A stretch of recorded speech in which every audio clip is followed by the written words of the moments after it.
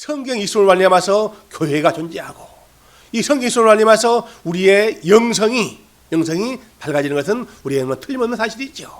성경 없는 이런 것은 정말 참 우리를 잘못 무지로 가는 경우가 참 종종 많습니다. 어떤 사람들은 성경 말씀을 배제하고 정말 참 기도로 은혜로 하는데 그분들은 잘못되는 경우가 종종 많은데 반드시 성경 말씀, 진리의 말씀, 은혜의 말씀을 바탕에 두고 우리가 기도도 많이 할 때 더 큰 은혜가 있는 줄 믿습니다. 그렇기 때문에 이 성경이야말로 우리에게 가장 소중하고 가장 귀중한 것이 바로 성경 말씀입니다. 우리가 방금도 찬송을 부르듯이 달고 오묘한 말씀이 바로 성경 말씀입니다. 은혜의 말씀이고 사랑의 말씀이고 승리의 확신에 찬 말씀을 우리는 성경을 통해서 우리에게 주는 이런 귀한 것을 많이 볼 수가 있지요. 그래서 이 성경은 다윗이 말씀하기를 우리에게 가장 맛있는 것이 정말 참 이 꿀이지요. 꿀보다도 송이꿀보다도 더 맛있는 것이 바로 이 주의 말씀입니다. 주의 말씀은 내 발의 등불이요 내 삶의 빛입니다 라고 이렇게 이 말씀하고 있습니다. 내 인생에 올바른 길을 안내주는 이 말씀이 바로 이 말씀입니다. 주의 말씀을 통해서 내가 올바르되고 주의 말씀을 통해서 우리의 삶이 바뀌게 됩니다 라고 하는 이런 얘기입니다. 여러분들은 이 성경책을 보면서 제일 먼저 보았던 성경 구절이 어떤 구절입니까? 사람마다 다 다르지만은 저는 어렸을 때 이 요한복음 3장 16절을 성경을 가장 먼저 내 마음판에 새겼던 이런 말씀인 것 같습니다. 하나님이 세상을 이처럼 사랑하사 독생자를 주셨으니 누구든지 저를 믿는 자는 멸망하지 않고 하나님께 이 영생의 말씀을 받을 수 있는 이 말씀이 바로 요한복음 3장 16절이지요. 요한복음 3장 16절은 우리가 어릴 때 알았는데 이 말씀이 주일학교 선생님을 통해서 배웠던 이 말씀이 정말 참 성경의 가장 중요한 핵심 구절인 것을 제가 맨 처음에 가서 배웠던 구절이 바로 요한복음 3장 16절이죠. 요한복음 3장 16절은 그 후에 알고 보니까 제가 이 신학을 공부하고 목회자가 되어 보니까 성경 66권의 가장 핵심 요절이 요한복음 3장 16절인 것을 늦게 살았습니다. 그러면서 두 번째 내가 이 성경 말씀을 암송했던 구절이 있습니다. 이 말씀은 바로 이 마태복음 11장 28절에 있는 말씀. 수고하고 무거운 짐진 자들아 다 내게로 오라 내가 너희를 쉬게 하리라. 이 성경 이 말씀을 제가 어렸을 때 가장 첫 번째 암송했던 이전 구절입니다. 여러분들도 성경을 암송했던 구절들 생각나지요? 정말 참 저는 이 요한복음 11장 28절 수고하고 무거운 짐진 자들아 다 내게로 오라 모두 다 내게로 오면은 내가 너희를 영육간에 편안함을 편히 쉬게 할 것이다 라는 이런 말씀이 제 마음판에 많이 새겨졌던 이런 기억이 있습니다. 여러분 이처럼 성경은 내 개인으로 말미암아서 많은 삶을 변화시키고 성경 말씀을 통해서 우리의 삶이 달라지고 더 나아가서는 나라도 달라진 것을 우리는 많이 보게 됩니다. 한 개인을 변화시키고 한 사회를 변화시키고 나가서는 이 나라까지도 변화시킨 것이 바로 이 성경 말씀입니다 하는 것을 우리는 알 수가 있는데 여러분 이 덴마크의 구룬투비라고 하는 이런 이 이름을 들어보셨지요? 구룬투비는 덴마크가 가장 암울한 지경에 있을 때 그 모든 백성들을 다시 한번 일으킬 수 있는 이런 계기가 바로 구룬투비였습니다. 구룬투비는 이 덴마크의 코펜하겐 대학에 수석 입학하고 수석으로 졸업할 정도로 정말 참 훌륭한 이런 사람이었습니다. 그가 유명한 것은 믿음으로 신앙으로 특별히 성경 말씀으로 그 나라를 일으켜 세웠다 하는데 이런 참 큰 의의가 있는 것이지요. 그 당시에 덴마크는 이 프러시아는 지금의 독일이죠. 독일하고 싸워가지고 패해서 전쟁에 패해서 막대한 배상금을 물러줘야 할 이런 상황에 있었습니다. 막대한 전쟁 배상금도 물어줘야 되고 또 이 덴마크의 좋은 지역, 농토가 있고 푸른 평야는 정말 참 이 다 그 지역이 홀스타인 지역인데, 술레스빅 홀스타인 지역은 모두 다 주고 이제 북해에 있는 삭막한 바람이 부는 북해 지역에 있는 이런 땅만 남아있던 상태였습니다. 스칸디나비아 남쪽 지방에 있는 이런 땅만 남아있는 이런 지역인데, 정말 참 잡초만 무성하고 쓸모없는 황무지만 남아있는 것이지요. 당연하지요. 전쟁에 졌으니까 좋은 땅은 모두 다 빼앗기고 정말 참 쓸모없는 황무지가 남아있는 이런 상태에 이 구론투비가 다시 한번 그 백성들에게 새로운 힘과 용기를 준 것입니다. 전쟁에 패해서 모든 백성들은 도탄에 빠지고 좌절과 실망에 있는 이런 상황이었습니다. 어두운 사회 분위기는 모두 다 알코올 중독자만 많이 양산해지는 이런 덴마크였습니다. 이런 사회 분위기에 덴마크의 이 구론투비는 국민의식을 이렇게 해서는 나라가 망하고 백성이 망하고 모두 다 도태해가지고 안 되겠다는 이런 생각에 그는 기도하다가 정말 참 이 성경 말씀을, 그 당시는 이 종교 개혁자인 루터의 영향을 받은 이런 이 구론투비 목사는 성경 말씀에 기나서 정말 참 성경 말씀으로 종교 개혁을 일으켰듯이 덴마크를 다시 한번 개혁하자고, 국민의식을 개혁하자고 그는 엎드렸습니다. 그래서는 그는 다시 한번 이렇기를 덴마크 백성들에게 세 가지를 하셨습니다. 나는 목회자이기 전에 이 덴마크를 다시 한번 변화시키고 싶습니다. 이 변화시키는 것은 바로 하나님 방법에는 없습니다. 그러면서 세 가지를 그는 외쳤습니다. 덴마크 사람들이여, 하나님을 사랑합시다. 덴마크 사람들이여, 덴마크 우리 땅을 사랑합시다. 덴마크 사람들이여, 우리 이웃을 사랑합시다. 라는 이런 세 가지 기치를 걸고 그는 국민 개혁 운동을 했던 것입니다. 이 구론투비는 얘기하기를 이 덴마크의 가장 어려운 거, 정말 참 황무지 같은 이런 땅에 우리가 살아남기 위해서는 이 낙농업이 가장 살아남는 길이라고 그렇게 생각했습니다. 그래서는 그는 이 국민 의식을 하기 위해서는 정말 참 우리가 살 수 있는 길은 낙농업입니다. 낙농업을 해야만이 우리 덴마크가 살 수 있습니다. 라고 얘기하면서 그는 얘기하기를 국민 의식을 바꿔야 됩니다. 우리가 이렇게 살다가는 나라도 망하고 우리도 망합니다. 다 망합니다. 우리가 한번 살아봅시다. 라고 생각하면서 교회로 다 모이기도 했습니다. 덴마크는 지금도 마찬가지지만은 이 덴마크의 이 종교 장관이 있어서 모든 것이 정말 참 인류적으로 행할 수 있는 이런 길이었습니다. 그렇기 때문에 이 목사들도 정말 참 농촌에 있는 목사들이나 도시에 있는 목사들이나 산골에 있는 목사들이나 똑같은 이런 이 혜택을 받을 수 있고 일을 해야 되는 이런 모습이지요. 그래서는 교회로 다 모이게 해서 정말 참 이렇게 국민의식을 개혁하고 성경 말씀에 기인해서 새롭게 변화됐던 이런 모습이지요. 우리가 아다시피 덴마크는 사회보장제도가 가장 잘된 이런 나라 중에 하나입니다. 그래서 이 덴마크에서는 의료보험이라든지 정년퇴직 후에 사회보장, 노후보장이라든지 교육이라든지 이런 상태가 정말 참 가장 잘 되는 지역으로 이렇게 하는데, 그 효시가 바로 이 구론투비 목사가 지역교회에서 커뮤니티를 세워서 정말 참 지역 공동체에서 함께 성경 말씀에 기인해서 여기에 국민의식을 세운 후에 그렇게 놀라운 변화를 가져왔다라고 이렇게 합니다. 여러분 혹시 압니까? 우리 대한민국이 고화를 수출을 가장 많이 했던 이런 정말 참 이런 안 좋은 이런 기억이 있는데, 그 고화들을 가장 많이 받아들이는 나라가 어딘지 압니까? 바로 덴마크입니다. 덴마크에서 한국 고화들을 6만 명을 받아들일 수 있는 이런 입장이지요. 그 나라가 못 살고 그 나라가 흔들리면은 어떻게 고화들을 받아들입니까? 그만큼 나라가 안정되고 사회보장이 되고 하는 이런 모든 것들이 바탕이 구론투비 목사가 가르쳤던 성경 말씀으로 주민 커뮤니티를 함께 했던 이런 모든 것들이 이만큼 덴마크를 성장시켰다 하는데, 지금도 의의를 담은 분이 아무도 없습니다. 이 모든 것들이 구론투비 목사님의 이런 이 성경 말씀에 기인하고 성경 말씀 중심으로 주민센터들을 세워서 함께 했던 이런 일화들이 지금도 우리에게는 유익한 이런 모습이죠. 이만큼 그들이 사회운동을 할 때 반드시 성경 말씀에 시인했다라고 하는 이 말씀이 중요한 것이지요. 여러분, 다시 본문으로 돌아갑니다.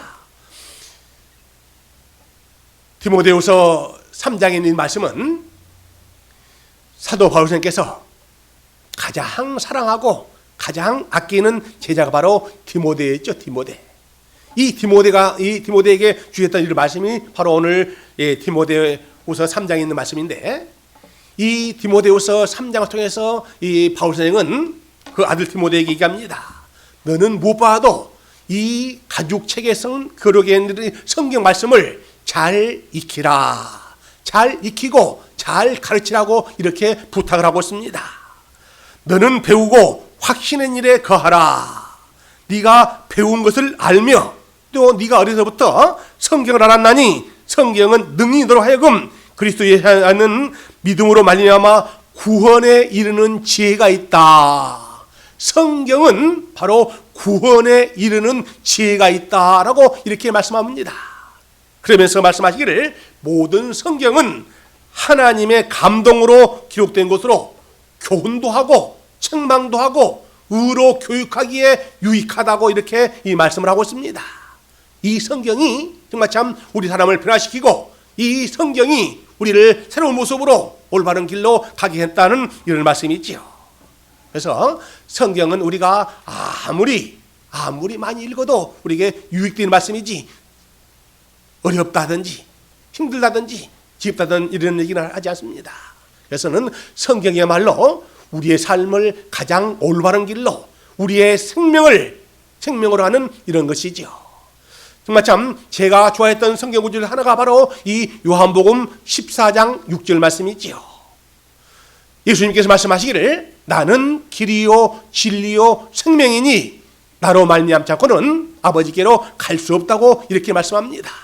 바로 우리 주님께서 우리들의 올바른 길이 되시고 우리들의 진리가 돼서 우리의 삶을 환히 비추시고 정말 참 죽을 수밖에 없던 우리의 생명이 다시 살 수 있는 구원의 은혜를, 구원의 지혜를 알게 하는 것이 바로 이 성경 말씀입니다. 성경 말씀 안에 간 사람들은 정말 참 약한 것 같지만은 강하지요. 없는 것 같지만은 힘이 있죠. 무능력한 것 같지만 능력이 있는 것은 바로 성경 말씀에 힘이 있고 능력이 있기 때문에 그런 말씀이 있지요. 제가 군대 제대할 무렵에 그때가 1977년도로 기억하는데 장영출 목사님이라 하는 분이 공군 군종감이었습니다.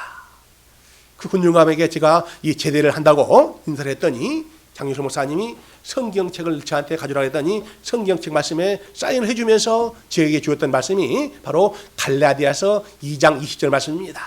저는 그 말씀을 지금도 기억하고 있습니다. 우리 스크린 한번 볼까요? 갈라디아서 2장 20절에 있는 말씀을 같이 한번 읽어보겠습니다. 내가 그리스도와 함께 십자가에 못 박혔나니 그런즉 이제는 내가 산 것이 아니요 오직 내 안에 그리스도께서 사신 것이라. 이제 내가 육체 가운데 사는 것은 나를 사랑하사 나를 위하여 자기 몸을 버리신 하나님의 아들을 믿는 믿음 안에서 사는 것이라. 내가 그리스도와 함께 십자가에 못 박혔으니 그런즉 이는 내가 산 것이 아니라 내 안에 그리스도께서 사신 것입니다. 이렇게 마음의 변화를 받으라 하는 이 말씀을 저는 지금도 기억하고 있습니다. 정말 참 이 그분은 정말 참 공군 사관학교라고 가지고 파일럿가 되지 않고 유일하게 목사가 돼가지고 군종감까지 하셨던 이런 귀한 이런 훌륭한 이런 분이지요. 그분이 저한테 사인을 해주면서 이 말씀을 지금도 꼭 기억하고 있는데 이 말씀을 보면서 저는 정말 참 기억했던 말씀이 지금도 생각이 납니다. 우리 스크린 한번 더 보지요. 히브리서 4장 12절에 있는 말씀 보면은 이 성경에 대해서 더 명확한 이런 말씀이 나오게 됩니다. 히브리서 4장 12절입니다. 하나님의 말씀은 살았고 운동력이 있어 좌우에 날선 어떤 곰보다 예리하여 혼과 영과 및 관절과 골수를 찔러 쪼개기까지 하며 또 마음과 생각과 뜻을 감찰하나니. 하나님의 말씀, 생명의 말씀, 진리의 말씀은 살아있고 운동력이 있어서 우리의 생명 골수를 찔러 쪼개게 하는 것처럼 정말 참 귀한 말씀이고 우리를 다시 살게 하고 우리를 변화시키는 이런 귀한 말씀이죠. 이 말씀이 우리를 새롭게 하고 우리를 변화시키는 이런 귀한 말씀입니다 라는 이런 얘기입니다. 여기 있는 우리 황인애가 아주 어렸을 때 우리 집에 와가지고 놀다 와서 뜨거운 물에 아주 태워가지고 연세대학교 세브란스 병원에 있는 이 병원에 갔을 때 저한테 나도 당황하게 얻을 줄 몰랐죠. 그런데 세브란스 병원에 거울에 큰 글자로 이 거울 앞에 써 있는 이 글자가 있었습니다. 이 말씀이 지금도 저는 그 말씀에 생생한데 그 말씀이 이사야 41장 10절에 있는 말씀입니다. 이사야 41장 10절 말씀을 같이 한번 볼까요? 이사야 41장 10절에 있는 이런 말씀은 이런 말씀입니다. 두려워하지 말라. 내가 너와 함께하지 말라. 놀라지 마라. 나는 너의 하나님이 됨이니라. 내가 너를 굳세게 하리라. 내가 너를 도와주리라. 참으로 의로운 오른손으로 너를 붙들리라 라고 하는 이 말씀이 병원 한 현관에 있는 이런 말씀으로 지금 제 눈에 생생한데 그 말씀을 듣고 정말 참 우리네가 정말 참 앞으로 더 귀하고 큰 어려움이 없을 것이다라는 이런 위로와 안정의 말씀을 기억하고 있습니다. 참으로 시시때때로 내 일생 60평생 가는 동안에 하나님께서는 이럴 때는 이런 말씀을 주시고 저럴 때는 저런 말씀을 주셔서 오늘까지 오게 된 것이지요. 그때마다 내게 위로해 주시고 힘을 주시고 마음에 평안을 주셨던 말씀이 바로 이 성경 말씀이었던 것을 지금도 기억을 하고 있습니다. 제 일생에 가장 힘들었던 부분 중에 하나가 정말 참 이 40일 금식 기도했던 이런 상태였습니다. 여러분 생각해 보십시오. 얼마나 힘들면은 기도하지 않으면은 하나님께서 그렇게 장기 금식을 하겠나. 장기 금식을 한다는 것은 생사를 고백하는 이런 상태였죠. 그 당시에는 이 목사 안수받던 그 해입니다. 철부지 같은 이런 사람에게 정말 참 하나님께서 목회를 하기 때문에 정말 참 금식기도 하지 않으면 안 되겠다 하는 이런 생각을 두고 정말 참 저에게 연단과 훈련을 시켰던 이런 기억이 납니다. 그때 제가 기도를 해서 여의도 손복음 기도인데 그걸 오살리 금식기도라고 얘기하죠. 오살리 금식기도에 가서 이 금식하면서 제 했던 이런 말씀들이 너무나도 생생했습니다. 그때 내했던 주는 말씀 가운데 이 몇 가지가 바로 이 고난에 관한 이런 말씀이더군요. 고난에 관한 말씀인데 시편 119편 67절을 한번 볼까요? 시편 119편 67절에 보면 이런 말씀이 있습니다. 고난 당하기 전에는 내가 그렇게 행하였더니 이제는 주의 말씀을 지킵니다. 고난 당하기 전에는 내가 잘못 그렇게 행하였더니 이제는 내가 올바로 했습니다 라고 하는 이런 말씀이 있는가 하면은 시편 119편 71편에 있는 말씀 보면은 고난 당한 것이 내게 유익이라 이로 인해서 내가 주의 윤리를 배우게 됐습니다. 자, 스크린에 나오네요. 같이 한번 읽어볼까요? 고난 당한 것이 내게 유익이라 이로 인하여 내가 주의 윤리를 배우게 되었나이다 라고 이렇게 말씀합니다. 고난 당하기 전에는 내 교만대로 내 멋대로 내 마음대로 하다가는 어려움을 당하지요.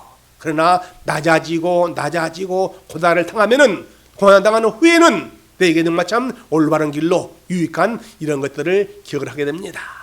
그러면서 또한 내가 행했던 이런 말씀 가운데 정말 참 이 욥기 23장 10절 말씀이 제게 아주 정말 위로가 되고 힘이 되었던 이런 기억이 있습니다.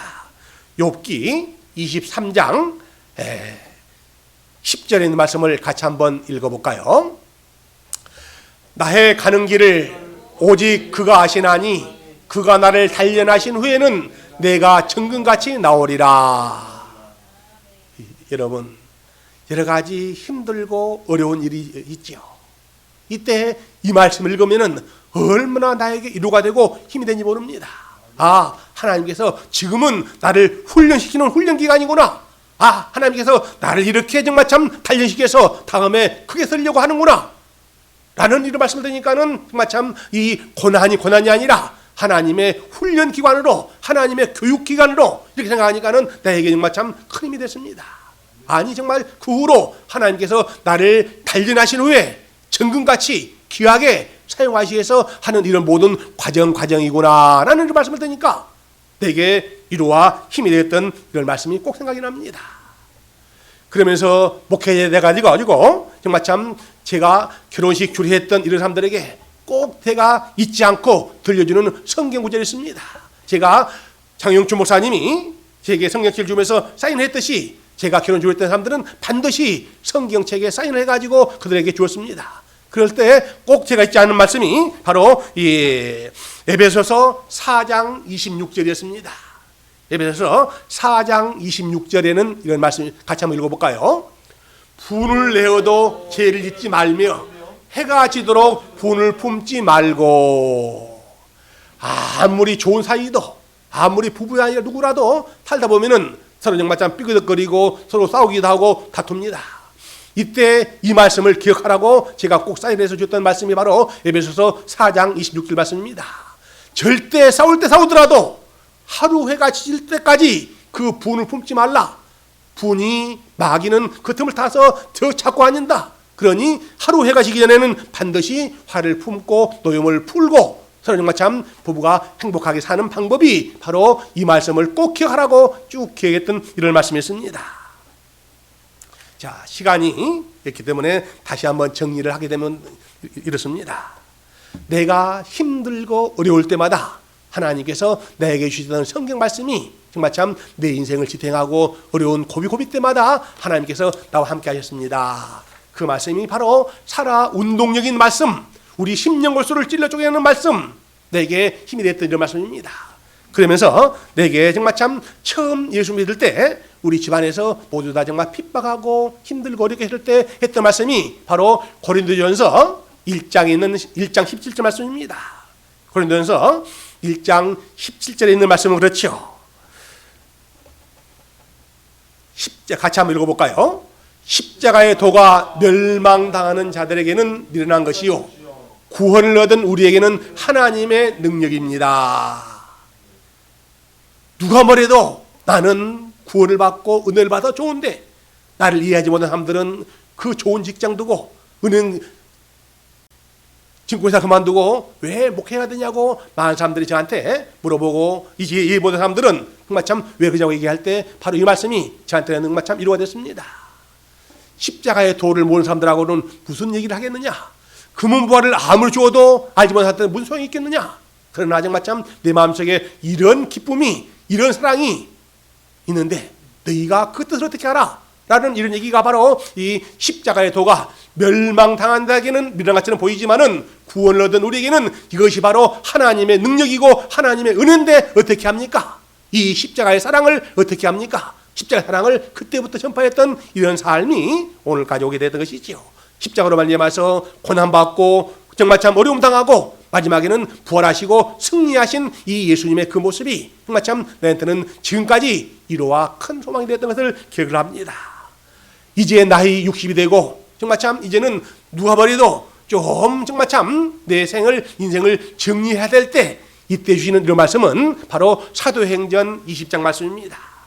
사도행전 20장의 35절 말씀을 같이 한번 읽어볼까요? 사도행전 20장 35절 말씀입니다. 범사에 너희에게 모범을 보였노니 곧 이같이 수고하여 약한 사람들을 돕고 또 주 예수의 친히 말씀하신 바 주는 것이 받는 것보다 복이 있다심을 기억하여야 할지니라. 이제 내 인생의 마무리를 해야 될 이런 때가 바로 이제는 이럴 때인데 여태까지 앞만 모르고 다가왔는데 이제는 정말 참 뒤도 돌아보면서 어려운 사람 돌아보면서 예수님께서 친히 말씀하시기를 받는 것보다는 주는 것이 복이 있다 했는데 나도 복 있게 살아겠습니다. 복 있게 사는 것은 바로 이렇게 주는 것, 돈을 주는 것이 아니라 정말 참 사랑을 주고 마음을 주고 정말 참 이제는 내 인생의 주머니를 열어서 정말 참 힘든 사람들에게 좀 더 줘야 되겠다라는 이런 마음입니다.